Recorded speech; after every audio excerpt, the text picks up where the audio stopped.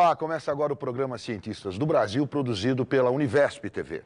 Aqui você conhece um pouco mais do pensamento de pesquisadores brasileiros sobre a atividade científica e o impacto da ciência que eles fazem sobre a sociedade. Nosso convidado hoje é o linguista José Luiz Fiorin, da Faculdade de Filosofia, Letras e Ciências Humanas da Universidade de São Paulo. Quem estuda letras no Brasil conhece o professor Fiorin, pois ele escreveu 12 livros, entre eles alguns dos principais manuais de linguística utilizados no país. Cientistas do Brasil convidou o professor Fiorin para que ele fale sobre a importância do estudo da língua e da linguagem para as pessoas. E para entrevistar o professor José Luiz Fiorin sobre a carreira dele e as principais pesquisas que faz, está conosco a jornalista Mônica Teixeira, coordenadora-geral da Univesp TV. Professor Fiorin, olá.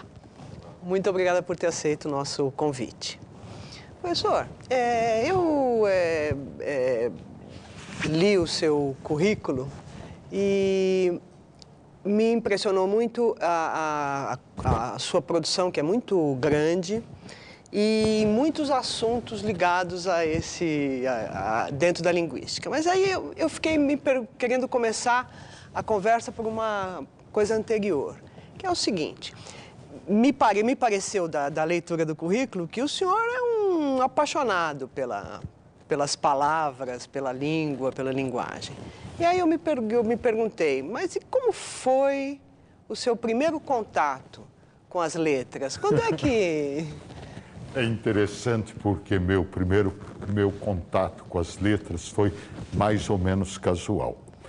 Eu pretendia fazer direito, na verdade. E por um problema familiar, eu não pude vir para São Paulo, onde eu faria o vestibular, e comecei a fazer letras numa faculdade no interior do estado, em Penápolis. E lá eu tive um professor fantástico de teoria literária, e foi ele que me encantou para as letras. Eu abandonei qualquer projeto de fazer direito e me apaixonei, de fato, pelas letras e continuei a minha carreira. E como é que ele encantou o senhor com as letras? Ele encantou mostrando a magia da linguagem. Às vezes, eu olho os cursos de português e penso que os alunos têm razão de não gostar do curso de português. Às vezes, os cursos são muito burocráticos, insistem muito sobre certo e errado, reduzem tudo ao certo e errado, quando a linguagem é um mundo fascinante e o que nós precisamos é convidar o aluno para entrar no mistério da linguagem, na epifania da linguagem. E qual é o mistério da linguagem para você? Claro que se é um mistério, é um mistério. Os linguistas se dedicam a estudar quais são os mecanismos da linguagem por intermédio das diferentes línguas faladas pelos seres humanos no mundo. E isso que é fascinante. Qual é a natureza da linguagem? Quais são as funções da linguagem? Porque o que é fantástico é que a linguagem nos acompanha sempre, desde o momento que nós nascemos até a hora de nossa morte. Nós estamos rodeados de linguagem, nós expressamos nossos pensamentos, nós influenciamos e somos influenciados, nós sonhamos, imaginamos mundos novos com a linguagem. Então, a linguagem é alguma coisa fascinante, dado o seu poder, a sua onipresença na vida dos seres humanos. Então, isso é o que é fascinante, acho. E professor, você diz que é difícil para os... Você concorda que deve ser difícil para os alunos. Quando você falou esses alunos, você está pensando em que alunos? Aluno criança? Até desde crianças, claro, principalmente os alunos, os adolescentes e as crianças. Veja, nós precisamos fazer um curso de português que tenha significado para eles.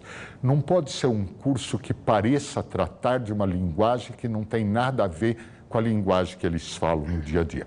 E veja, com isso eu não estou querendo dizer que um curso de português não vai, digamos, de certa forma, aumentar, não diria a competência, mas aumentar a performance linguística do aluno, melhorar. Ele vai a performance falar melhor, entre aspas. Agora, evidentemente, para isso, nós precisamos de novas formas de abordagem. E às vezes eu me pergunto assim, dizem, bom, eu não posso ensinar Camões nas escolas, os alunos não aceitam mais. No entanto, Renato Russo gravou Amor é fogo que arde sem se ver, é ferida que dói, não se sente e todo mundo gosta. Então, algumas formas de abordagem das questões na escola que não estão sendo bem feitas. Você acha que isso é uma das razões pelas quais as crianças têm tanta dificuldade em aprender a ler e escrever no Brasil? Que esse é um problema, não é? Acho que, bom, há vários problemas. Nós temos desde problemas de crianças que chegam com fome à escola, Sim. etc. Bom, toda sorte de problemas. Mas eu diria que do ponto de vista estritamente metodológico, esse é um problema sério.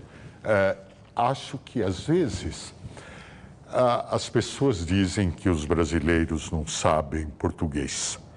O que é um equívoco, porque os brasileiros falam português e fazem todas as coisas que precisam usando a linguagem. Nós temos, na verdade, não um problema de língua, não existe nenhuma crise de língua. Nós temos um problema de escola, um problema escolar. Quer dizer, as pessoas, depois de tantos anos de escola, têm um baixo desempenho no uso da modalidade escrita da língua. Agora, isso não é uma crise da língua, isso é um problema de escola. Isso se resolve com planos de governo, com investimentos em educação, o que não é feito na maior parte dos casos. Então, é esse o problema que nós temos com relação à língua e não um problema de língua, de fato. E o senhor, como linguista, acha que tem o que dizer a respeito da aquisição, não da escola, mas a respeito da aquisição da performance? O que é que o linguista tem a dizer nisso? Bom, a linguística, ao estudar os mecanismos da linguagem humana por intermédio das línguas faladas no mundo, a linguística estuda tudo o que concerne a linguagem humana. E um dos ramos da linguística é exatamente os estudos de aquisição de linguagem, seja de primeira língua, seja de segunda língua. Então, os linguistas têm muita coisa a dizer a respeito da aquisição da linguagem que pode nortear todo o trabalho que é feito nas escolas. E nós temos também um ramo da linguística, que é chamada linguística aplicada, que se dedica exatamente a estudar as questões relativas a ensino de línguas, né? Fiorin, a linguística é uma ciência? Bom, depende do que nós consideramos ciência. Se nós pensarmos que a linguística tem um compromisso com a realidade, que a linguística elabora hipóteses, teorias para explicar esta realidade. E ela testa suas hipóteses e suas explicações, nós podemos dizer, sim, que a linguística é uma ciência. É claro que um físico, por exemplo, diria que nada é ciência a não ser a física, mas diríamos, a linguística é sim uma ciência. Ela tem, ou melhor, nós poderíamos dizer, é um ramo do conhecimento com vocação científica. Mas e qual é o método da linguística? Por que a gente precisa fazer sempre essa espécie de ressalva, né? Quando a gente fala, vários outros cientistas não da natureza, vamos dizer, já estiveram aqui no programa e muitas vezes a gente aborda essa questão. E sempre tem essa... Qual é, afinal, o que distingue as ciências sociais e humanas das ciências naturais, vamos dizer? Bom, vamos dizer o seguinte, a linguística compartilha com qualquer ciência do seguinte procedimento metodológico. Eu tenho um fato de linguagem qualquer. Esse fato de linguagem é transformado pelo cientista, pelo linguista, num problema a ser explicado. Esses fatos de linguagem são relacionados a quaisquer dos níveis da linguagem, desde os sons até o que nós chamamos o discurso, que são as unidades acima da frase. Digamos, para facilitar, o discurso é manifestado por textos. Então, ou então da oração, ou então da palavra, etc. Tal. Bom, com relação a isso, eu tenho um determinado problema e eu devo explicar esse problema. E aí eu tenho que reunir dados, ou então eu tenho uma coisa que é muito importante também, é que o que se chama de erro em linguagem é um elemento extremamente importante porque ele indicia determinadas coisas para o linguista. Por exemplo... É um sinal. É um sinal. Por exemplo, uma pessoa... Hoje está acontecendo das pessoas usarem o pronome lhe para a função de objeto direto. Eu lhe amo, eu lhe adoro, etc.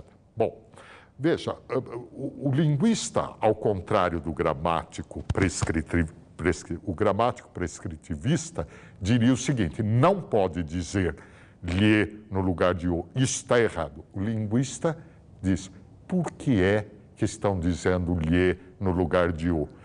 Essa é a pergunta. Essa é a pergunta da linguística. E é isso que nos diferencia de... Nós não damos prescrições. Mas eu aproveito para dizer uma outra coisa. Os gramáticos acusam os linguistas de estarem destruindo a linguagem porque dizem que os linguistas aceitam tudo. Veja, é muito diferente. Nós não aceitamos tudo. Se eu vou escrever um texto acadêmico, eu tenho padrões de escrita de um texto acadêmico e os linguistas exigem esses padrões. Só que os linguistas sabem que essas normas, elas são, digamos, muito mais sociais que propriamente da natureza da linguagem. E, portanto, o linguista tem que explicar o erro. Bom, até aí nós estamos dentro do que qualquer ciência faz.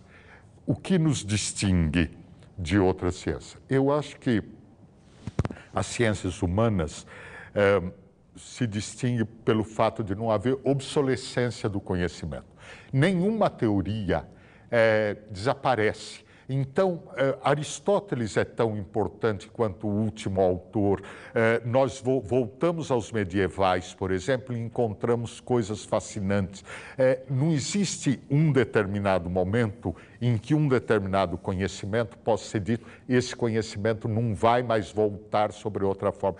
Por exemplo, a linguística do século XIX abandonou completamente as ideias universalistas da linguística do século XVIII. E o que é esse universalismo do século XVIII? No século XVIII se pensava que o ser humano tinha como um elemento que o distinguia dos animais era o fato que ele tinha a capacidade da linguagem. Bom, então se pensava exatamente que a linguagem tinha certos mecanismos que eram comuns a todas as línguas. Então, o acento que se buscava, que se punha em todas as ideias linguísticas eram, de fato, esses mecanismos próprios da linguagem humana que estavam presentes em todas as línguas. E isso foi ultrapassado? Isso, no século XIX, se procura, ao contrário, quais eram as diferenças das línguas entre si. E se abandona um pouco essas ideias universalistas. Ora, no século XX, o universalismo volta com Chomsky e a teoria chomskiana, e na busca, novamente, claro que de maneira diferente, mas de compreender os universais da linguagem. Tá. O que significa que, num nível de abstração muito grande, todas as línguas são iguais, uma vez que elas têm elementos comuns. Bom, a gente volta a isso depois no decorrer do programa, mas então, essa é uma distinção que o senhor coloca muito grande entre as ciências naturais e as ciências humanas, quer dizer... E eu acho que eu coloco uma outra ideia, que eu diria o seguinte, por exemplo, eu pego um paper da física. Um paper da física é o relato de uma determinada experiência, ou então uma resolução de um problema teórico, etc. Agora, de forma que o texto não tem realmente importância. Ora, eu acho que nas ciências humanas, o próprio movimento do texto é próprio da natureza das ciências humanas e desconstruindo significados, etc. Então, o próprio movimento do texto tem importância. Também. Daí o fato de que eu só posso ter um trabalho assinado por 2 pesquisadores nas ciências humanas se de fato eles escreverem o texto junto, não se eles fizerem uma experiência em Então, conjunto. isso é uma coisa que eu ia mesmo perguntar, porque na sua lista de trabalhos, basicamente, você trabalhou sozinho, seus artigos são assinados por você, principalmente. Isso. É por isso? É por isso. Mas isso, na área, é impossível que eu tenha, por exemplo, na área de letras, nós não colocamos o nome nos artigos que os nossos orientandos fazem. Escrevem, exatamente porque a feitura do texto é uma coisa tão importante quanto aquilo que eu estou relatando. E você gosta de escrever? Escrever é penoso. Pois é. Escrever é penoso. Acho que há um trabalho físico. Eu não sei se eu diria que eu gosto de escrever. Eu escrevo, sim, mas eu acho penoso escrever. Eu acho que só quem não tem nenhum compromisso com a palavra pode achar que é fácil escrever. O que é o compromisso com a palavra para você? O compromisso com a palavra é exatamente isso, de dizer com exatidão, de fazer um texto bem feito, com clareza, com coerência, com coesão, etc. Esse é um compromisso com a palavra. E isso é sempre muito difícil de fazer, é sempre muito penoso. Eu acredito que os meus colegas achem isso também. Tá, e de ler, você gosta, Fiorini? De ler, sim. Ler é muito mais interessante do que escrever. Ler é muito mais interessante. E o que você lê? Bom, eu leio de tudo. Linguística, principalmente na minha área, que é, em sentido lato, é o que nós podemos chamar a área de estudos do discurso, onde há a análise do discurso, a semiótica, linguística textual, etc. Então, eu procuro ler dessas diferentes disciplinas englobadas nessa grande área, de outras coisas de linguística, mas principalmente eu gosto de ler literatura. Romance, poesia, isso principalmente eu gosto de ler literatura. Qual é seu livro preferido, se é que há um? Livro eu acho que eu vou dizer alguns autores e vou me cingir à literatura brasileira. Então, se eu tivesse que escalar uma seleção, entraria o Machado, Guimarães Rosa, Alencar, Gonçalves Dias, João Cabral, Drummond, Manuel Bandeira. Acho que... E o que é que você falou que você se deixou encantar pela magia das palavras, né? Pela magia do discurso. Onde é que está a magia na literatura? Tem uma magia na literatura? Tem. A literatura, eu acho que ela tem 2 magias. Primeira coisa, a função principal da literatura não é falar do que existe, é falar do que poderia existir. E, nesse sentido, a literatura nos permite viver outras vidas, nos permite sonhar. E, por outro lado, a literatura leva as possibilidades da língua até o limite. E, portanto, a literatura nos mostra também que a linguagem não é uma coisa burocrática. A linguagem é uma coisa que pode ser utilizada, manejada, torcida, dobrada, criada, recriada. Isso, para mim, é magia da literatura. Agora, ler faz parte da sua pesquisa, né? Como é? Duas perguntas simultâneas. O que você gosta o que você mais gosta de estudar? Acho que você disse, análise do discurso, né? E como é que você estuda isso? Como é que é a função de pesquisa num trabalho como o seu, nessa sua área de interesse? Bom, digamos o seguinte,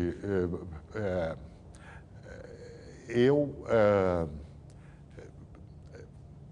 busco, por exemplo, quando eu fiz minha tese de doutorado. Na minha tese de doutorado, eu estudei os discursos dos presidentes da República do período depois do golpe de Estado de 64, durante a ditadura. Então, eu li todos esses discursos, então isso faz parte. Li tudo para encontrar determinadas constantes nesse discurso e determinados modos de construção desse discurso. E, então, a leitura faz parte intrínseca do trabalho de letras. Mesmo quando eu me dedico a outras coisas que não a análise do discurso, por exemplo, vamos supor que eu vá estudar uma questão como, sei lá, por que é que nós não fazemos concordância com a passiva sintética? Por exemplo, se diz vende-se casas e não vendem-se casas. Bom, se estabelece que, na verdade, a passiva sintética deixou de ser passiva no sentido estrito. E ela deixou de ser passiva no momento em que houve a impossibilidade de colocar um agente da passiva. Eu não posso dizer vendem-se casas pelos corretores. E eu posso dizer casas são vendidas pelos corretores, mas não posso dizer vendem-se casas. Mas isso era possível, por exemplo, no século XVI. Nos Lusíadas você encontra aqueles mares que dos feios focas se navega, aqueles mares que são navegados pelas feias focas, né? Bom, então você tinha isso. Bom, teve todo um trabalho de busca dessas expressões, etc. Tal. Então, o trabalho de leitura é sempre um trabalho muito grande para qualquer pessoa. A pesquisa está muito baseada na leitura. Na leitura, na busca desses fatos que se apresentam nos textos escritos e atualmente, como nós temos a possibilidade de gravar, também nos textos orais. Né? E qual foi a primeira palavra que você leu, professor? Você lembra disso? Não me lembro. Eu fui alfabetizado na cartilha Caminho Suave. Então, eu não me lembro qual era a primeira. Acho que era abelha, né? Então, eu fui alfabetizado na Caminho Suave. E foi ruim ser alfabetizado na Caminho Suave? Não, na verdade, eu penso que o problema da alfabetização depende muito mais do alfabetizador que do método. Eu posso estar dizendo uma coisa que meus colegas que estudam alfabetização, letramento, talvez não concordassem, mas eu ainda tenho uma crença muito grande no trabalho do professor. Acho que um professor bom se vira com qualquer material. Tá. Lendo o seu currículo Lattes, eu prometo que essa é a última pergunta. Lendo o seu currículo Lattes, eu encontrei que o senhor fez 3 laudos. Um laudo pericial sobre calúnia e difamação e outros 2 que agora eu não me lembro. Um sobre plágio. Sobre plágio, exatamente. Do que se trata esse trabalho? Isso é um trabalho próprio do linguista também? É um trabalho do linguista. Existe até um ramo da linguística que é chamado de linguística forense, que é o uso dos métodos, dos instrumentos da linguística para emitir laudos. Agora, como a gente faz isso? Normalmente, nós somos nomeados por um juiz de direito. Nesse caso, por exemplo, de plágio, corria numa das varas cíveis da capital um processo de plágio e o juiz recebe das universidades estaduais, a Justiça Estadual recebe tanto da USP quanto da Unicamp, quanto da Unesp, e também da PUC, do Mackenzie, das grandes universidades do Estado, uma lista das especialidades. E o juiz nomeia um perito. E a gente, na verdade, precisa aceitar esse trabalho, porque um juiz intima a gente a fazer as coisas. Para não aceitar, a gente precisa pedir para o juiz dispensar a gente desse trabalho. Mas e aí, o que é fazer um laudo sobre esse de difamação e calúnia, por exemplo? O de difamação e calúnia foi assim. Havia um processo, eu não vou citar os nomes, que corria num tribunal de justiça no Brasil a respeito de uma partilha de uma grande herança do Brasil, de um grande grupo industrial e comercial brasileiro. E no testamento, a mãe que tinha herdado 50% por ocasião da morte do pai, mudou o testamento às vésperas da morte e, quando ela estava junto com uma filha, diante do cônsul brasileiro na Suíça. Bom, aí começa o processo e aí nós fomos contratados por uma parte. E, na verdade, o que se acha é que o desembargador que dava as sentenças não estava escrevendo as sentenças, que as sentenças eram escritas pelo advogado da parte contrária.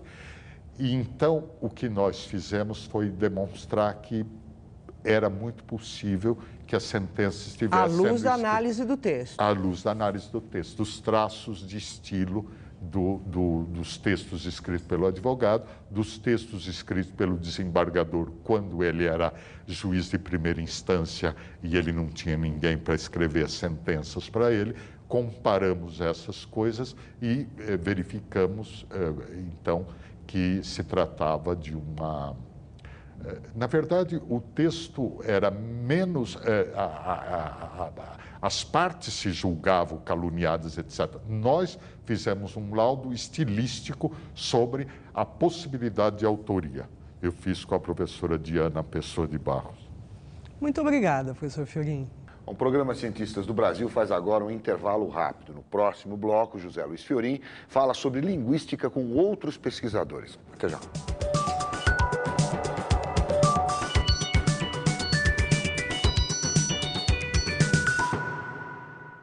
O programa Cientistas do Brasil está de volta. Nosso convidado de hoje é o linguista José Luiz Fiorin, da Universidade de São Paulo. A partir deste bloco, ele conversa com dois outros pesquisadores de linguística, Esmeralda Vailate Negrão, que é também da USP, e Eduardo Guimarães, da Universidade Estadual de Campinas, a Unicamp. Professor Esmeralda, no primeiro bloco foi dito aqui que os linguistas hoje passam a pesquisar uma língua, uma origem única das línguas. Isso é possível? Houve uma língua mãe? A gente tem ideia disso?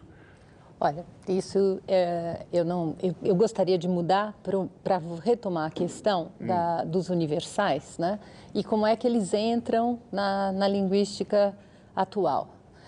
Então, a recuperação dessa ideia de que existem traços comuns entre todas as línguas naturais, vem justamente de uma postura adotada por Noam Chomsky, que vê a linguagem como uma capacidade inata do ser humano.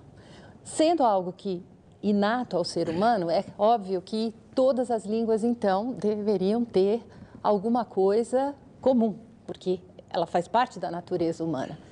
E, então, a partir dessa postulação teórica, começou-se a investigar, então, quais são esses princípios que realmente são comuns a todas as línguas naturais. Esses que seriam os universais. Esses universais, tá certo? E o projeto é um longo projeto que está em andamento e tem trazido para o conhecimento da linguística principalmente na área da gramática, da sintaxe, conhecimentos muito importantes, porque juntou pesquisadores do mundo inteiro trabalhando nessa área, investigando exatamente a partir de alguns princípios que foram tidos como comuns a todas as línguas, se eles se confirmam em cada uma das línguas estudadas, né? E isso está pacificado? Não, seguramente não. Seguramente não. Concorda com isso? Não, eu não concordo. Pois é. Não, seguramente não. Eu acho que, por exemplo, quando o Fiorinho colocou isso, ele disse o seguinte: você tem uma questão universalista que vem do século XVII e XVIII, o século XIX vai tratar das diferenças, ou seja, como é que as línguas são diferentes. E é engraçado que, às vezes, eles faziam isso a partir de um ponto de vista biologista. Isso é que é curioso, que é um problema no século XIX. Uhum. Às vezes fazia a partir de um ponto de vista biologista. E no século XX, junto com o desenvolvimento da linguística histórica, que é do século XIX, você também vai ver reaparecer a questão dos universais, né? Então, hoje nós temos posições linguísticas convivendo, vamos dizer, com uma tensão extremamente importante, do meu ponto de vista, porque você tem diferenças epistemológicas fundamentais, quer dizer, a própria concepção de ciência é diferente, você tem diferenças metodológicas importantes, ou seja, os procedimentos para produzir conhecimento científico são diferentes. Só para ficar nesse lugar, quer dizer, nós podemos pensar, de um lado, essa questão que a Esmeralda colocou, né, que você tem toda uma posição que considera que a linguagem é inata, portanto, que no fundo, no limite, a linguística seria uma ciência ligada à biologia, né? E, por outro lado, você tem uma outra posição em que você não considera que a linguagem é inata, mas que ela é histórica e que, portanto, a linguística seria uma ciência humana. Então, você vê, é uma questão forte. É uma questão forte. Crucial. Acho que é uma outra coisa importante a transmitir num programa dessa natureza, que essa divergência, não é uma coisa da linguística, isso é da natureza da ciência. A ciência se faz na contradição. A ciência sempre estabelece modelos provisórios de explicação da realidade. E por isso a ciência nunca chega à verdade. Nós vamos tendo explicações a respeito dos fenômenos humanos. O que a ciência não é a religião que determina as verdades que nunca vão ser mudadas. Então, essa ideia é muito importante transmitir para as pessoas, porque às vezes as pessoas têm uma crença numa ideia de verdade que é incompatível com o fazer científico. Com a pesquisa científica. Agora, deixa eu perguntar uma coisa. Agora, vamos confrontar esses dois modelos. O que seria a língua ser histórica e o que é a língua ser inata? Bom, explicar um lado e outro da questão. O problema não é a língua inata, é a linguagem. Desculpe. Né? Quer dizer, já é essa acertando uma questão. Isso é uma coisa que a gente precisa... Né? Acertando uma questão. A linguagem inata, você vai pensar... Bom, eu vou tentar explicar do meu jeito, né? Seguramente não será o mesmo jeito do Fiorinho e da Esmeralda. Do meu jeito é o seguinte, quer dizer, se você pensa que a linguagem é inata, você está considerando que o corpo possui a faculdade de linguagem. Tá certo?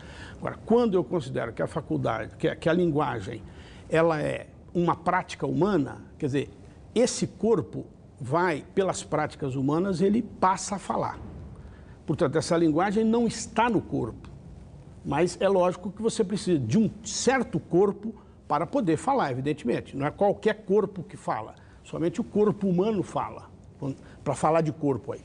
Portanto, a linguagem não está no corpo no momento, quer dizer, ela não é uma coisa, ela não existe como um órgão da linguagem. Então, essa é uma diferença... E o que comprova o que comprovaria isso? Aí você não tem comprovação definitiva de forma nenhuma. Isso é um debate. Isso é um debate. Sim, mas como é que se chegou a essa conclusão? Veja, aí você tem posições epistemológicas de saída, quer dizer, porque a ciência, essas não são posições empíricas. Você fala, isto existe, portanto, a hipótese é X. Não, você faz uma hipótese e vai buscar alguma comprovação, vai buscar ver se você confirma que a sua hipótese vale. É preciso...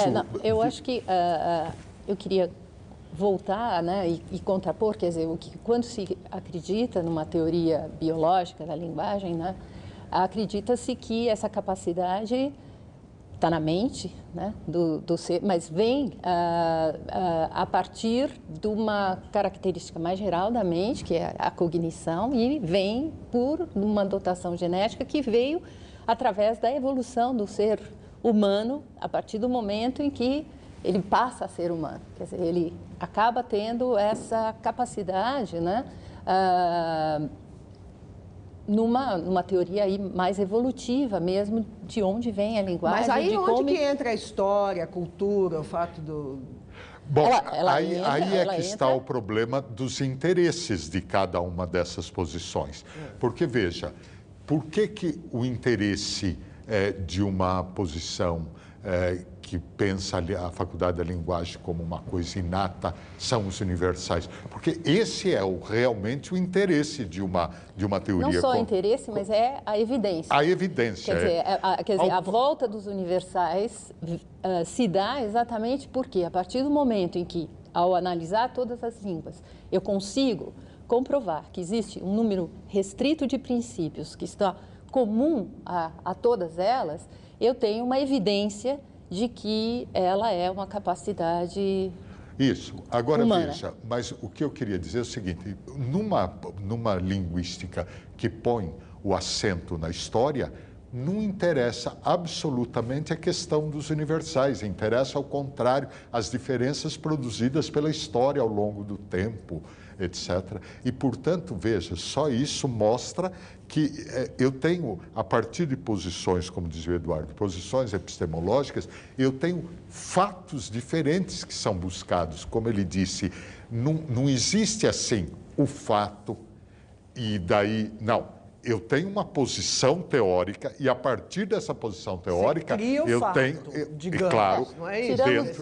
Temos novos fatos, né? E é isso que eu quis dizer, quer dizer, o conhecimento sobre a sintaxe das línguas naturais e sobre a gramática do conjunto de línguas evoluiu muito dentro dessa perspectiva, porque aí o que a gente começou a pesquisar a partir do estudo das diferentes gramáticas, encontrar princípios que estão comuns. E o que a gente percebeu é que, apesar da gente achar que, sei lá,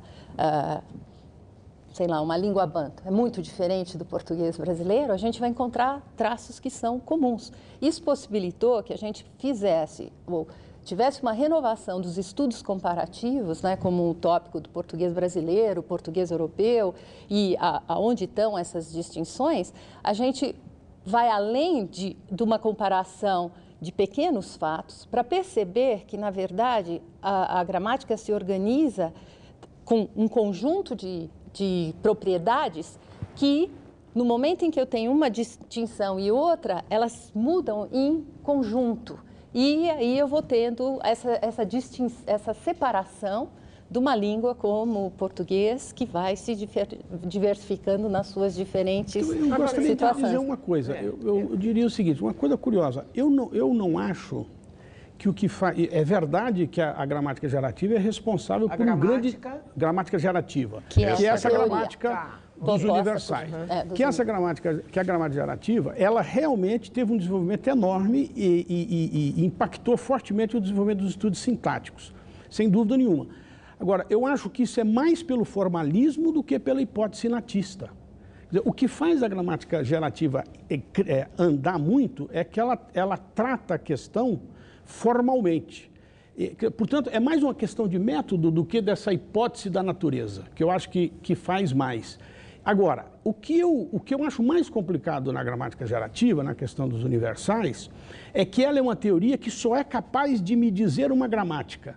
Ela não é capaz de me dizer o funcionamento da linguagem. Ela reduz o funcionamento da linguagem ao funcionamento gramatical. Não no sentido de gramática normativa, né? Vamos lembrar isso. Tá. A palavra gramática está aqui no outro sentido, você entendeu? Então, o meu problema é, do meu ponto de vista, a sintaxe cresce muito com a gramática gerativa, se desenvolve enormemente. Qual é a diferença entre a gramática e a sintaxe? Vamos fazer um minuto. Pode ser a mesma coisa e pode não ser. Tá. Você entendeu? Mas quando você fala sintaxe, nós estamos falando das relações entre as palavras. Entre as palavras. Isso, exatamente. E a gramática, nesse sentido, é essa mesma coisa. Tá bem. Né? Então, essa eu acho que é uma questão importante para mim.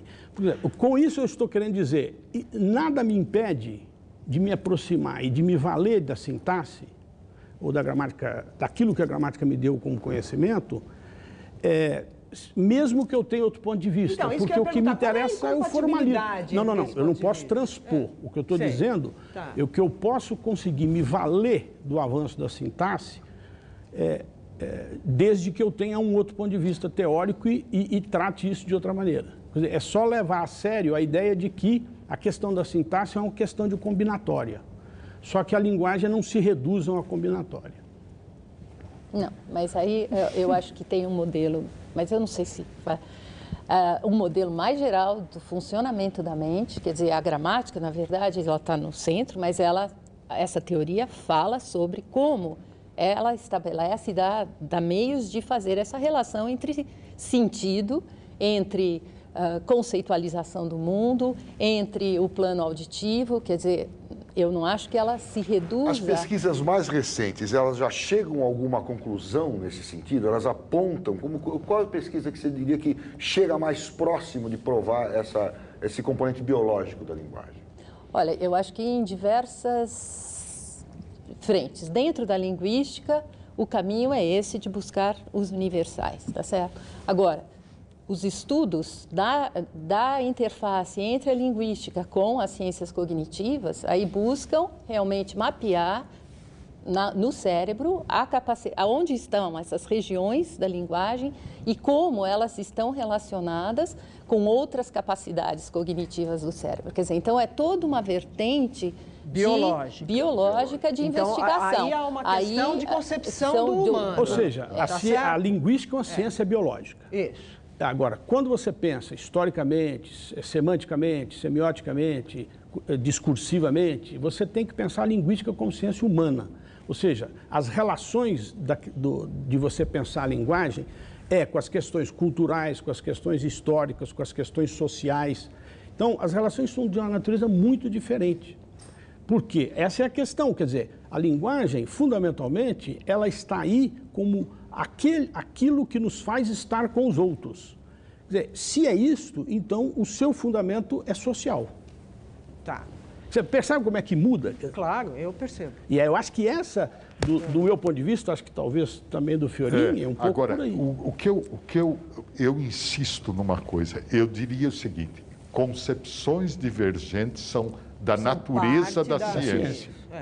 Quer dizer, não é uma coisa que um dia nós podemos, assim, determinar que... Não. É da natureza da ciência. Então está pacificado esse assunto, não é tá isso? Bom, dizer, acabou. Não acaba nunca. Dizendo. Quer dizer, não vai chegar um momento em que a ideia da gramática gerativa ou a ideia do Noam vai Chomsky prevalecer sobre tudo. Isso, não, Ou o contrário. Ou o contrário. Não vai ter não isso. vai Então vai ter que conviver. Mesmo porque cada teoria científica descobre determinadas porções da realidade. Isso, exato. Traz um determinado... Agora, eu queria fazer nessa conversa que a gente estava tendo aqui, me resta uma questão. Cada um fala de uma determinada maneira. Quer dizer, cada um de nós vai na língua, não na linguagem, né? Acho. Aí eu queria também que uma hora vocês falassem o que é língua e o que é linguagem. Mas a gente vai na língua, eu uso a língua de uma maneira, o Eduardo de outra. Aqui tem 5 jeitos de usar a língua. Então, como é que isso... o que isso quer dizer? Como é que isso entra nessa discussão sobre se é biológico, se é social, se é histórico ou não tem importância? Ou isso está além da linguística? Quer dizer, a linguística não pode tratar desse assunto. Veja, há um autor francês de nome Benveniste, e ele mostra o seguinte, que eu tenho a passagem de um conhecimento linguístico internalizado para uma realização da linguagem. No momento que ele mostra que essa realização da linguagem, que o uso da linguagem constituía um objeto próprio, nós tivemos a criação dos estudos do discurso. Então, o problema não é tanto a questão individual do uso, etc., mas, por exemplo, hoje há nas diferentes teorias do discurso, um interesse muito grande pela imagem que eu crio quando eu produzo um texto, falado ou escrito. E isso tem uma importância muito grande. Isso vem de uma passagem da retórica de Aristóteles que dizia o seguinte, que a gente tende a confiar nas questões onde há divergência, mais nas pessoas honestas que nas pessoas não honestas. E aí, isso comentando a retórica, falando do orador. Mas aí ele diz uma coisa curiosa, que é assim, porém, o caráter do orador não deriva de um preconceito prévio que eu tenha sobre o orador, resulta da força do seu discurso. Ou seja, a credibilidade do discurso é construída no próprio discurso. Esses elementos são sociais. Isso, por exemplo, interessa muito. Que imagem um político cria e cria efeitos de sentido, de verdade, de confiabilidade, de forma que nós sabemos que ele está mentindo, mas uma parte da população acredita naquilo que ele está dizendo. Então, que efeitos de credibilidade. Então, quer dizer, essas coisas importam. Agora, veja, não é a mesma questão. Por isso que eu digo, cada teoria científica, ela se dedica... Uma teoria científica não é um dogma religioso que explica tudo, de onde nós viemos, para onde nós vamos, o que nós fazemos nesse mundo, por que nós sofremos, etc., como as religiões fazem. Não, a ciência, diante de um objeto de tamanha complexidade como a linguagem, o que nós temos são teorias, são áreas que vão estudando este aspecto, aquele aspecto. Mas, de qualquer forma, acho que qualquer uma delas vai buscar nos diferentes usos constantes, né? Isso certo. Eu acho, quer dizer, embora você tenha falado por que cada um de nós usa a língua de maneira diferente, mas eu acho que a linguística, em geral, acredita que, apesar dos diferentes usos, existe um sistema comum a todos nós. Isso. E que deles usam... Eu não diria um sistema comum, eu concordo com a noção de constante. Acho que toda ciência busca constantes. Pode ser sociais. Pode ser sociais. Sim, mas... A palavra constante, ela é lida como um universal, quando é uma teoria biologista, né? Agora, mas ela pode ser, eu posso pensar em constantes sociais. Quer dizer, o Paul Venn, por exemplo, Paul Venn, que é um grande historiador, né? Ele vai dizer, discutindo o que é história e o que é sociologia, né? Dentro dessa coisa das ciências humanas. E o que ele vai dizer assim, não, o historiador não busca universais, porque se ele buscar universais, ele não é historiador, né? Você não precisa fazer história, se é universal, você não faz história. O que nós buscamos? Constantes, né? Então, a noção de constante é boa, né, nesse sentido. Então, nós buscamos sistematicidades. Agora, as sistematicidades, elas não são necessariamente universais, nós só dizemos assim, nós encontramos aqui uma sistematicidade. Agora, isso não significa que isso é universal. Significa simplesmente que é uma sistematicidade. Agora, sempre, senão ela não seria ciência. Se ela se ocupasse só do singular, ela não seria ciência. Ela pode se ocupar do específico, mas não do singular. Não do singular, E aí, talvez a sua pergunta sobre o modo de falar... Porque a minha pergunta é sobre o singular. Não, é sobre a relação entre o singular e o geral. Não, eu te responderia, eu posso te responder que é uma pergunta sobre o específico e o geral. Tá bom. Você entendeu? Quer dizer, há modos de falar que não são absolutamente individuais, mas que de alguma forma estão em todos nós, mas estão em outras pessoas também. E isso dá uma especificidade. Por exemplo, vamos supor, eu falo como um mineiro fala. Bom, não sei se aqui eu falo mais como um mineiro fala, mas vamos supor, isso é uma especificidade que não é só minha. As pessoas me reconhecem quando eu falo de uma certa maneira, mas é algo que é meu e que é algo de um outro grupo com que eu estou relacionado e assim por diante. Então é específico, não é singular.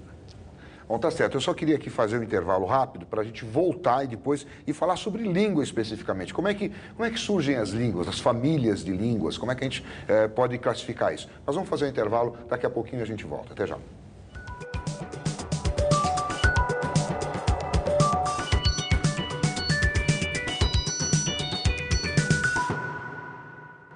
Estamos de volta com o programa Cientistas do Brasil. Nosso convidado hoje é o linguista José Luiz Fiorin, da Universidade de São Paulo. Professor Fiorin, nós estávamos falando no bloco anterior, como é que surgem as famílias de línguas? As línguas se unem em famílias, né? São algumas... Elas têm um ramo comum? Não, vamos explicar uma coisa. Nós falamos em famílias de línguas quando nós agrupamos as línguas geneticamente.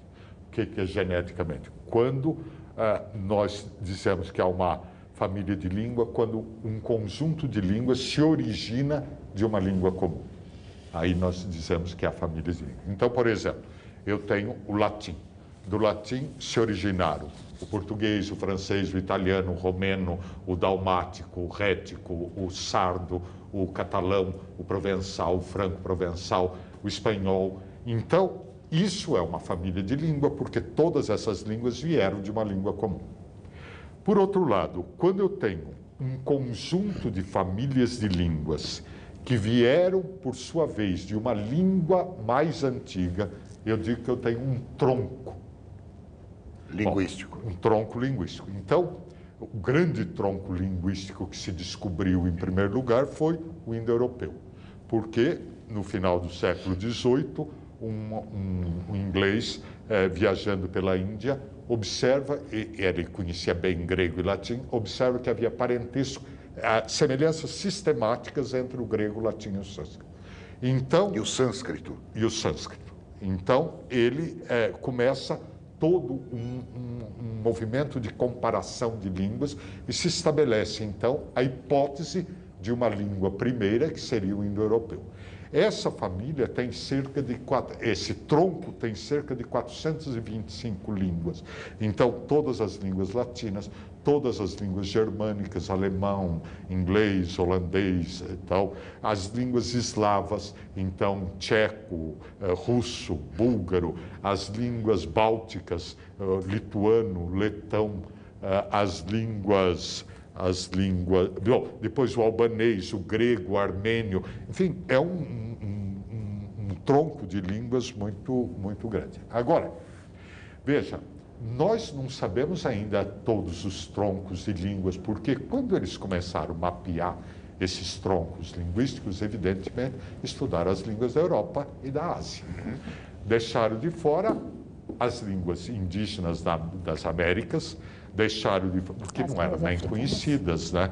Bom, deixaram de fora as línguas africanas, deixaram de fora as línguas da Oceania.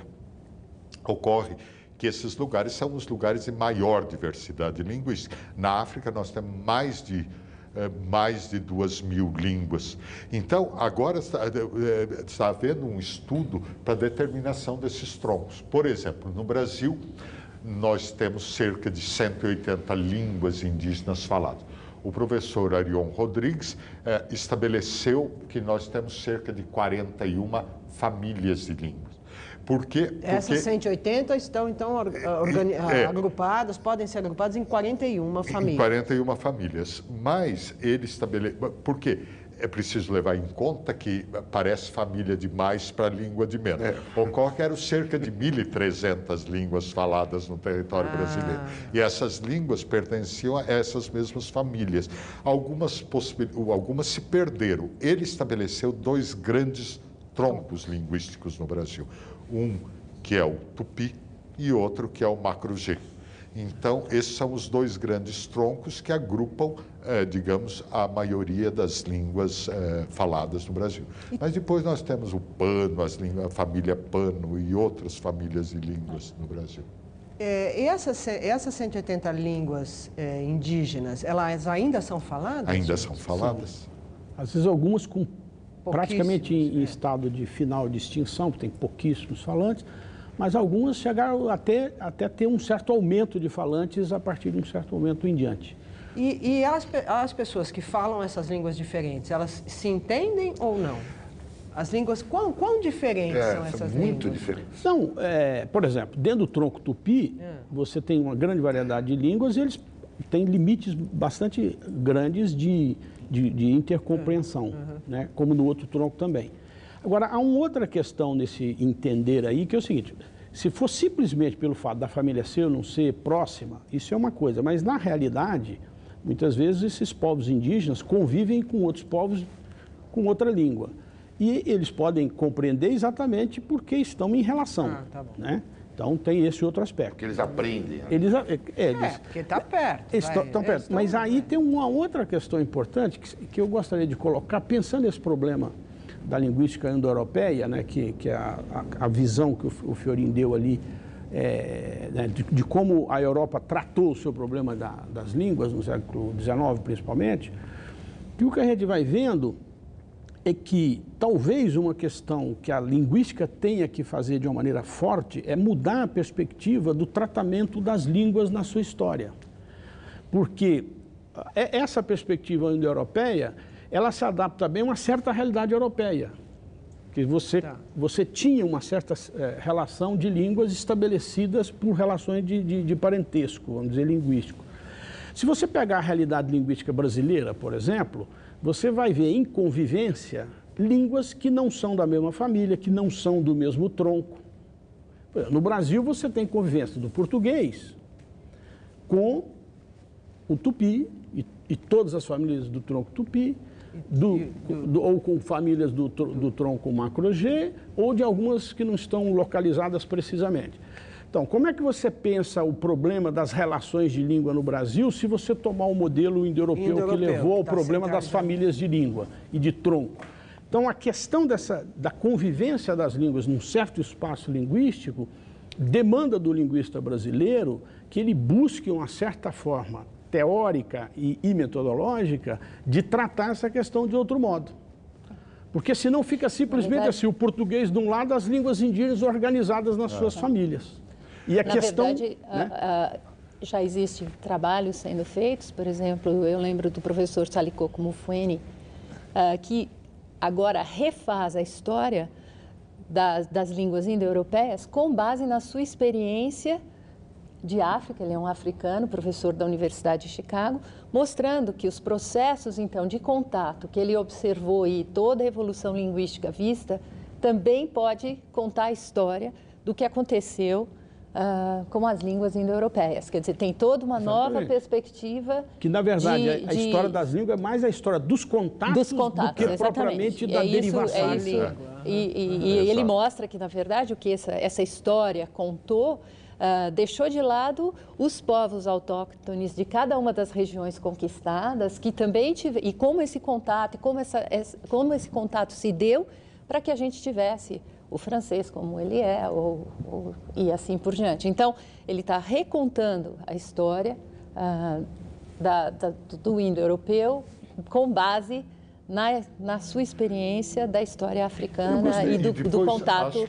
E acho que no contato no Brasil, a gente tem que pôr em jogo também as línguas africanas, quer dizer, dos escravos que vieram, né? Quer dizer, o português brasileiro hoje é resultado de um contato não só com as línguas indígenas, né? Mas com os escravos que vieram também aqui para o Brasil. E como é que isso evoluiu com o tempo? Porque a gente conhece, sabe que no Brasil, na época colonial, se falava uma língua que não era o português, não era a língua portuguesa, era uma língua indígena, uma chamada língua geral. O que é essa língua geral? Isso eu queria... Então, veja bem, aí eu queria colocar uma questão, e eu já aproveito, porque no fundo é o seguinte, tudo isso vai mostrando, do meu ponto de vista, que você precisa tratar a questão das relações de língua de uma maneira histórica e política. Ou seja, você pensar que as relações de língua não é um mero contato de línguas. É uma relação política de falantes e línguas. É de poder, né? De poder. Política de Política poder. É de poder. É uma relação de poder. E econômica também. Hã? E econômica também. Não, sim, claro. Então, você tem uma relação de poder. O econômico está envolvido nisso e tal. Então, você tem uma relação de poder. Então, eu digo isso para voltar à sua questão. Quer dizer, o Brasil, quando os portugueses tomaram posse do Brasil, eles encontraram aqui uma realidade linguística muito variada. Muito bem. E, é lógico, começa o processo de colonização, que é muito lento no começo. Efetivamente, começa só em 1530, né, a colonização brasileira. E o que acontece? Que nesse contato, a evangelização brasileira feita pelos jesuítas é feita a partir da ideia de que é preciso aprender a língua do índio, porque seria melhor, mais fácil evangelizá-los assim. Isso é um lado da questão. Por outro lado, o volume de falantes de português no Brasil era irrisório relativamente ao volume de falantes de outras línguas. Então você tem qual é uma relação de falantes e línguas, de um certo modo. O que acontece nesse processo é que há uma certa forma do tupi que é gramatizada, quer dizer, faz-se uma gramática do tupi, os jesuítas fazem uma gramática do tupi, o Anchieta faz uma gramática do tupi ainda no século XVI, no fim do século XVI ela é publicada. Então, essa língua tupi passa a ser a língua mais falada nesses lugares de região onde a colonização está presente, né? Então, essa, no fundo, passa a ser a língua de todos, do intercurso cotidiano. E o português era a língua somente oficial, era a língua do Estado.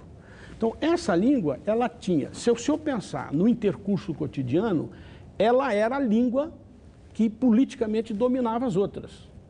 Tá certo. Né? Dizer, porque, na verdade, o poder no território brasileiro, do ponto de vista da língua, estava com o tupi. Com esse tupi, com esse Exatamente. tupi dos jesuítas.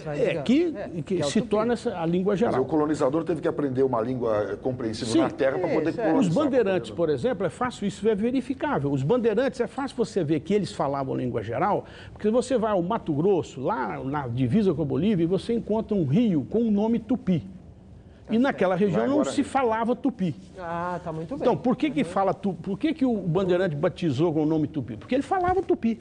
No fundo é isso. Então você tem... Bom, isso é bastante comprovado. Então, você tem essa língua geral. O que acontece? É que o Estado opera politicamente a favor da língua do Estado, né? Que é o português. E é isso que vai alterando essa relação de poder entre as línguas durante a história da colonização. Então, como é que Portugal faz isso? Primeiro, tomando medidas sobre a escola, sobre em que língua se ensina na escola, e, ao mesmo tempo, trazendo mais portugueses para o Brasil. Então, essas duas coisas vão aumentando o volume de falantes de português e aumentando a pressão do Estado sobre onde se pode falar a língua geral. Bom, isso vai produzindo uma inflexão e, da metade do século XVIII para frente, a língua geral já está muito reduzida. Aí acontece um fato extremamente importante, que é a vinda da família real para o Brasil, com um volume enorme de português de uma vez só para o Rio de Janeiro. Então, essa relação de línguas, essa inversão se dá completamente do ponto de vista linguístico. E, de fato, o Estado impõe a sua língua. Agora, veja que isso tem um resultado importante, que é o seguinte: se a gente olhar, que existem algumas ideias que dizem assim, não, o tupi não deixou, as línguas indígenas não deixaram nenhuma influência no português, ou as línguas africanas não deixaram nenhuma influência no português. Depende, se você olhar durante o período, se você pegar o português durante o período que a língua geral era dominante, você vai ver uma entrada de léxico indígena para dentro do português enorme. Aí depois, quando o português se torna dominante, você vai olhar a entrada de léxico indígena para o português vai se rarefazendo. E vai ocorrer eruditamente, por exemplo, os indigenistas do século XIX, ou alguém cria uma cidade que quer dar um nome indígena, né? Então a gente pode ver, e isso tudo tem a ver com essa mudança, vamos dizer, de concepção do estudo das relações de língua, do meu ponto de vista. Você colocar na questão que essas relações são políticas, é uma relação política de línguas e falantes. Portanto, o Estado entra, as relações de força entram e assim por diante. Mas as relações de poder na língua têm outra dimensão, né? Uma é essa, Várias né? dimensões. Pois é. Um caso interessante é assim, Roland Barthes, quando tomou posse na sua aula inaugural na cátedra no Collège de France, disse uma frase que correu o mundo, diz: a língua não é reacionária nem progressista, a língua é fascista. Bom, precisa entender bem o que Barthes quis dizer com a língua fascista. O que Barthes queria dizer é que a língua é o lugar de inscrição de um poder que a língua nos obriga a dizer. Nós só podemos ver o mundo e nós só podemos dizer com as categorias da nossa língua. Não existe jeito de escapar daí. E isso, para Barthes, por isso a língua era o lugar de inscrição do poder. Você escreveu num artigo que a língua classifica a realidade. Isso. Isso é uma coisa... Veja, há muitos linguistas antes de Barthes falaram sobre esse problema de que a língua determina a visão da realidade, mas Barthes mostrou que esse elemento é um elemento de poder.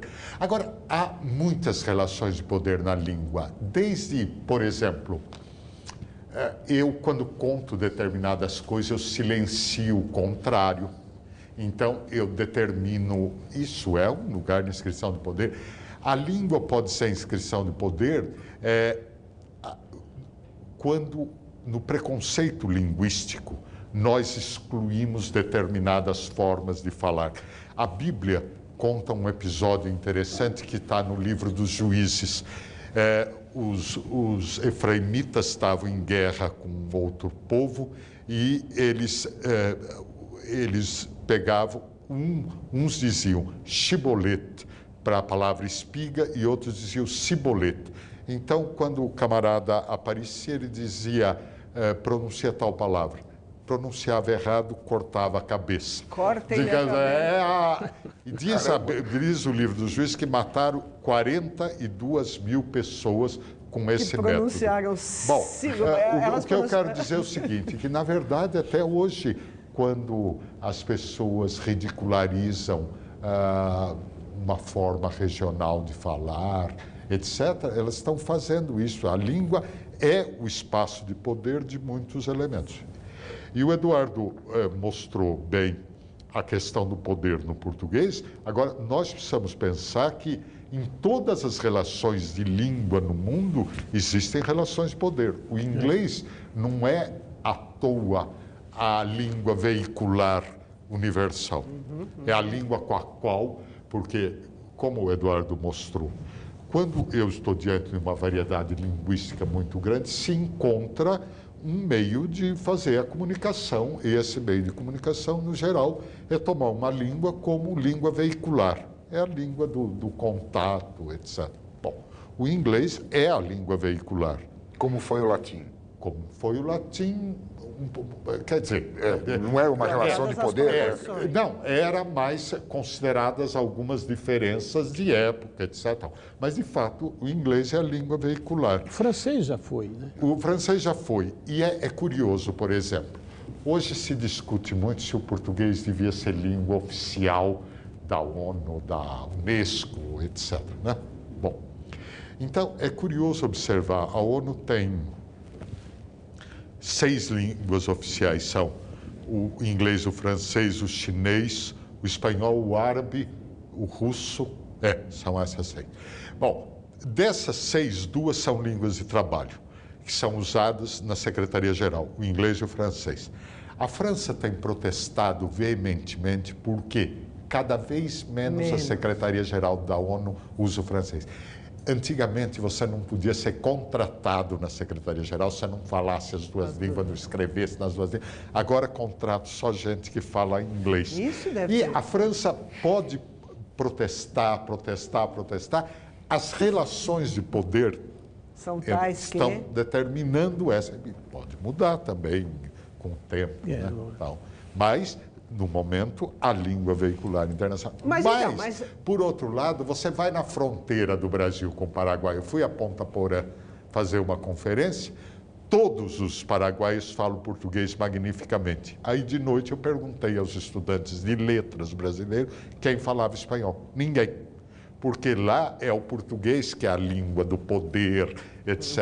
E, portanto, a assimetria entre o espanhol e o português está muito claro. Então, e o português, vocês acham? É uma língua que vai declinar ou vai crescer, se expandir? O que vocês acham disso? Olha, aí é difícil, profecia é difícil, né? Mas eu não acho que o português, por enquanto, corra risco nenhum. Não. Tem muita gente que fala português. Muita gente que fala português e depois... Nós usamos o português bastante gente fala inglês, bastante gente fala outras línguas, mas para as funções básicas da vida cotidiana, etc., nós não usamos outra língua no Brasil, e nem em Portugal, nem... Bom, Angola, nos países africanos, a situação já é um pouco mais complicada com relação a falantes de primeira língua ou não, mas... De qualquer forma, não vejo nenhum risco para o português no momento. Tem uma outra pergunta. Por que a gente fala um português diferente aqui no Brasil, de Portugal, de Angola, de Moçambique? Mas eu queria deixar essa pergunta para daqui a pouquinho, para o próximo bloco, que a gente vai fazer agora um intervalo rápido, a gente volta já já.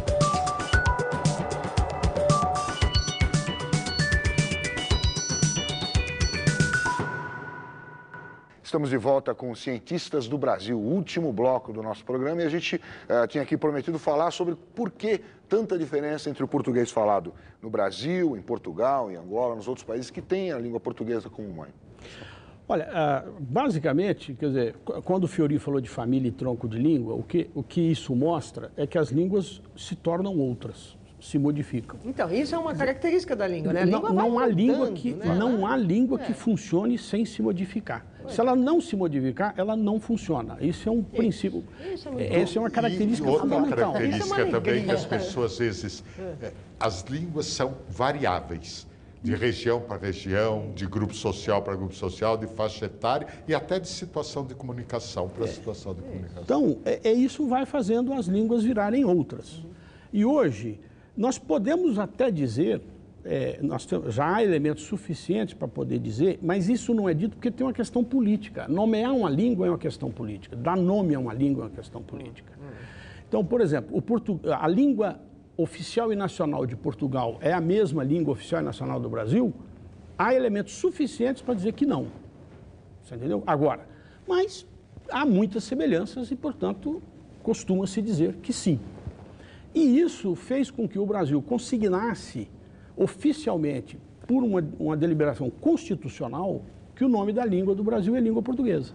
Então você tem um ato de nomeação. Agora, do ponto de vista da estrutura, você tem diferenças sintáticas, você tem diferenças fonéticas. Em Portugal tem mais vogal do que em português, do que no Brasil. Só que falam menos. Falam menos, exato. Você tem diferenças semânticas, você tem diferenças discursivas, então, enormes, né? Então, não haveria nenhum problema em dizer que nós falamos brasileiro. Na Europa, muitas vezes, quando eles vão falar sobre a nossa língua, eles dizem como o brasileiro, ou seja, a língua brasileira é assim, o assado. Então, como o brasileiro é assim, o português é assado, o francês é de tal modo. Eles falam isso com extrema facilidade. Então, essa é uma questão seguinte, eu acho que o português do Brasil é uma outra língua. Eu acho que nós já chegamos a esse ponto. Pelo menos do ponto de vista da área com a qual eu trabalho, que é a sintaxe, há diferenças bastante marcantes entre as duas línguas. Né? E entre o brasileiro, então, para dar um outro nome, e o moçambicano ou o angolano? Pois é, aí que você tem a história dos contatos dessas línguas foi uma história diferente. E no Brasil ainda houve várias decisões políticas. O Eduardo mostrou a questão da nomeação, porque houve um longo debate por décadas, se nós falávamos o brasileiro, se nós falávamos português, etc., até que se decide que o nome da língua seria português. Isso depois da Constituição de 46, né? Bom, então, mas o Brasil teve uma outra questão que era a seguinte. No século XIX, havia um alemão de nome Herder que dizia o seguinte, que a língua condensava a alma da nação e que, portanto, a língua falada em diferentes lugares, a mesma língua, virava outra língua, porque o meio físico e o meio social, ele falava também do meio físico, né? Interferiam sobre a língua de forma que ela se transformava numa língua ou outra. Ora, no momento que nós tivemos que criar uma identidade nacional brasileira, os autores românticos que conheciam as ideias de Herder, que influenciou o romantismo alemão, eles diziam o seguinte, nós falamos português sim, mas não português de Portugal, o português modificado, como dizia Alencar, pelas suavidades e asperezas da natureza americana, que fez o português do Brasil mais doce, nós pronunciamos todas as vogais, etc., e deu um vocábulo diferente, uma sintaxe diferente, etc. Então, o José de Alencar, ali naqueles romances indianistas, Isso. Ele, vamos dizer, legitima um português nacional. Diferente. Exatamente, para estabelecer uma diferença da nação brasileira com a nação portuguesa.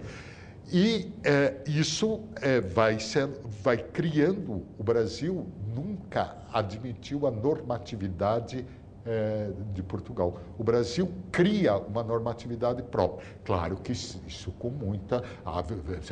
Havia muitos puristas legitimistas que diziam que nós falávamos errado, etc. Isso é um longo debate na história. Mas nós criamos uma norma do português brasileiro. O português que nós falamos aqui é mais parecido com o português dos colonizadores. Nós conservamos mais aquele português que chegou com as caravelas do que o de hoje. Existe uma teoria linguística que, durante um certo tempo, gozou de muito prestígio e depois desapareceu por problemas na teoria, mas essa teoria dizia o seguinte, que você tem um centro de radiação de uma língua. Quanto mais próximo do centro de radiação, mais você tem mudanças, mais você tem inovações na língua.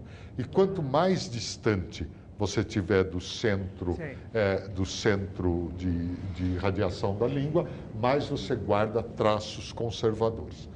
Como eu disse a vocês, essa teoria gozou de grande favor, depois ela apresenta problemas de certo. Agora, de qualquer forma, nós temos algumas evidências que nós guardamos traços mais antigos do português. Por exemplo,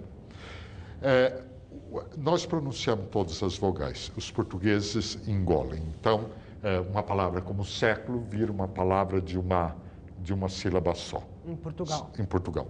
Bom, qual era a maneira que se falava do século XVI? Bom, nós não sabemos, mas nós sabemos uma coisa. Ler os Lusíadas na pronúncia brasileira faz com que o metro seja perfeito. Ler na pronúncia portuguesa, você quebra o metro a todo momento. Então, não dá 10 sílabas direitinho em cada verso.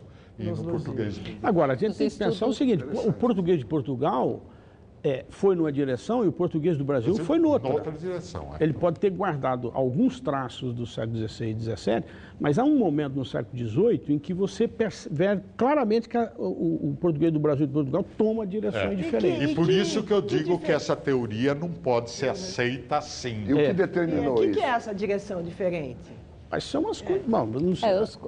Nós já falamos disso na questão dos contatos que... Entram outras línguas. Outras línguas no meio que acabam dando um perfil diferente não, e mais para as uma línguas. coisa. Agora, do ponto de vista, por exemplo, da sintaxe, os estudos históricos comparativos da sintaxe, uma questão que é crucial aí nos debates sobre a norma, né, é a colocação pronominal, quer dizer, se os pronomes vêm depois do verbo, enclíticos, ou se vêm proclíticos, né? A ênclise do português europeu é mais inovadora do que a próclise do português. Então, essa tendência da normatização, de cobrar que a gente use ênclise, né, ao invés da próclise, essa é uma inovação do português europeu, se comparado com o português do século XVI, XVII, onde a próclise era a mais comum e que é o que a gente usa mais na língua falada. Então, a sintaxe pronominal mostra esse caminho diverso. Né?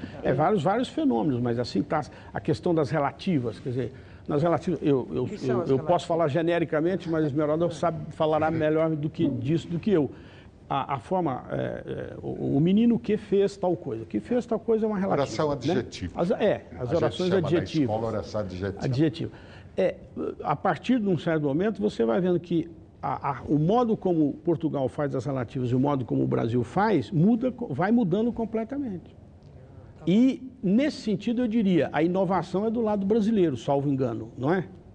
Eu acho que percebe? Você tem uma inovação aqui, outra, daqui, ali é uma, aqui é outra. Você tem inovação de qualquer lado. Você entendeu? Então, agora a língua é um espaço privilegiado da convivência entre a inovação e a tradição, não é, gente? By the Agora, way, quer dizer, Ela não vive é? disso. Ela vive disso. Ela vive disso. A língua, por natureza, isso foi dito pelo Eduardo, e é uma coisa que as pessoas precisam ter bem presente. Língua varia e língua muda.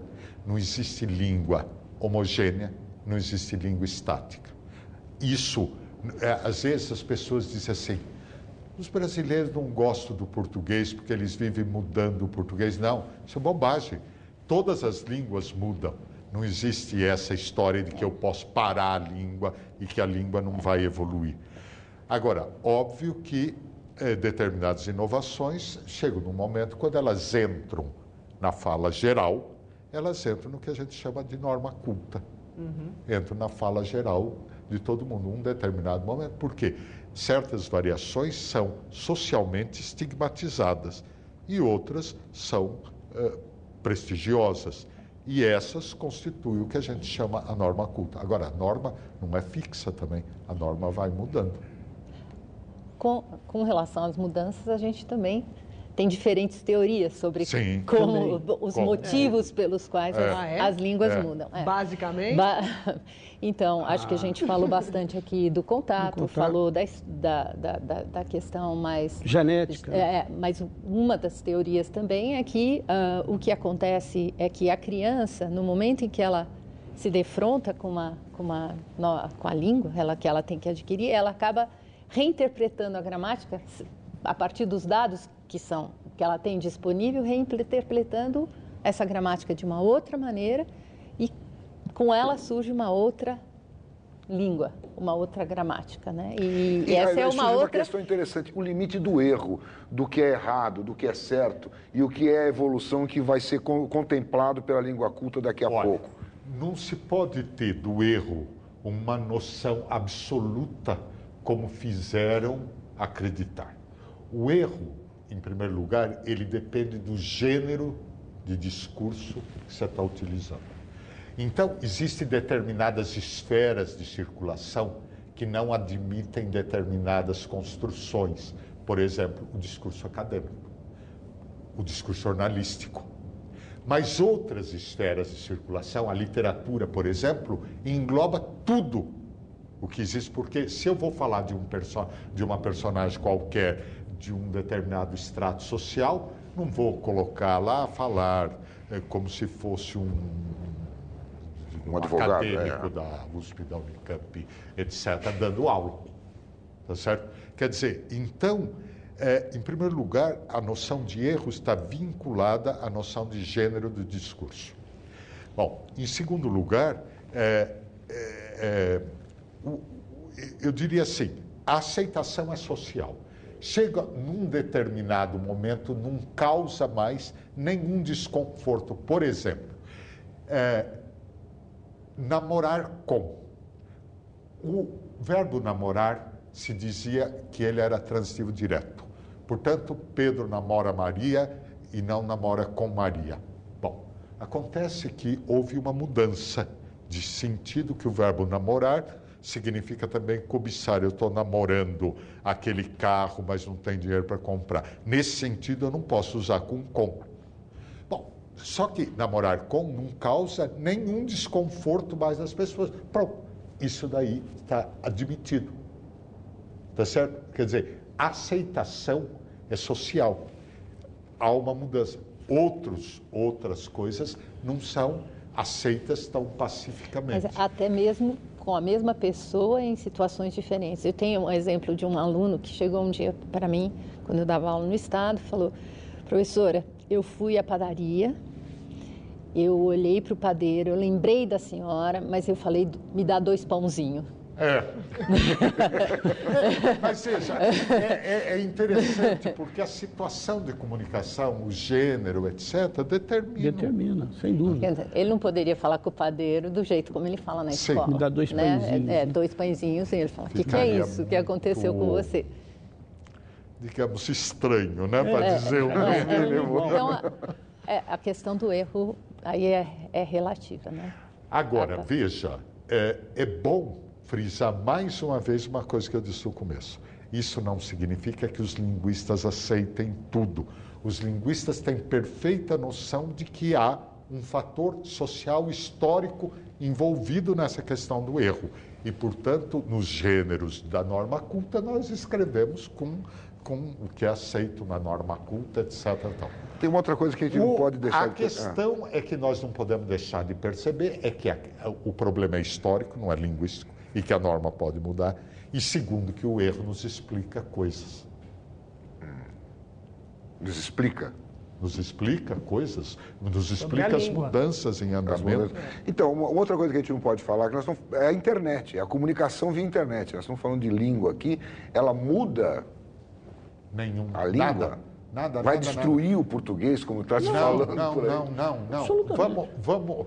Isso daí é aquele catastrofismo alarmista de que a língua vai desaparecer. A língua não vai desaparecer. O que é esse tal de internetês? O internetês não é nada mais, nada menos que um conjunto de abreviaturas que as pessoas fazem. De resto, as pessoas usam o nível de língua que elas estão acostumadas a utilizar. No chat, usam a língua de comunicação do dia a dia. Agora, escreve você, VC. Escreve sei lá o quê. Beijo. Beleza, BLZ. Bom, duas coisas. Primeiro, para quem é alfabetizado, quando nós fazemos anotações, nós abreviamos também. E a hora que nós temos que escrever integralmente, então não vai haver problema nenhum. Isso é uma mera questão de ortografia, não tem nada a ver com a língua. Isso não vai acabar com a língua, no meu ponto de vista, de jeito nenhum. Não, eu também acho que não. O que pode pensar, que é uma questão que não apareceu aqui, que a gente está falando de língua, né? Durante todo o programa, que é essa questão que está o tempo todo concernida, que é o problema da significação, que é o problema do discurso.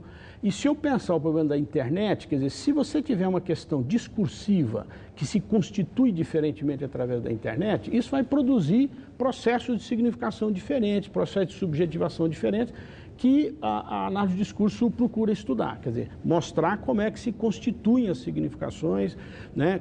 Como é que as questões sociais, quer dizer, uma certa memória de sentidos é mobilizada, como é que o sujeito se constitui na relação com os outros, quando ele está escrevendo, falando e assim por diante. A questão é saber, a internet, o fato da internet, o fato dessa nova tecnologia vai afetar esses modos de subjetivação diferentes e de produção de novos sentidos? É uma questão importante. Sim, talvez isso ocorra. Sim, mas isso não põe em risco a língua enquanto tal. A língua continua mudando e vai mudando. Só isso. Acho que o Eduardo também toca numa questão interessante. Talvez a internet, o que tenha produzido para nós, seja um modo de textualização, de criar texto, que já existia, mas que se exacerba, que é um texto constituído de diversas linguagens. E isso talvez cria um problema, não, mas é uma questão que está sendo estudada pelas diferentes teorias do discurso, essa questão das relações entre as diferentes linguagens, porque um texto não cria assim, eu não tenho o verbal aqui, o visual aqui, não, aquilo forma um todo. Como é que aquilo forma um todo de sentido, né? Okay. Essa ideia da degenerescência, acho que vai junto com a ideia do erro, né? É muito mais uma postura frente à linguagem do que realmente um fenômeno linguístico, né? Porque o que acontece na língua é que ela muda, ela vai ser outra coisa, ela está aberta a essas diferentes influências e isso, ela não vai ser igual. Agora, não ser igual significa que ela se degradou, é outra questão. É uma questão de que a gente toma alguma coisa como um parâmetro. Né? O Matoso Câmara diz uma frase que resume bem isso que ele diz: língua não progride, língua não decai, língua muda. Tá certo. Professor, muito obrigado pela sua participação, obrigado pela participação de todos. O programa Cientistas do Brasil termina aqui. Até a próxima.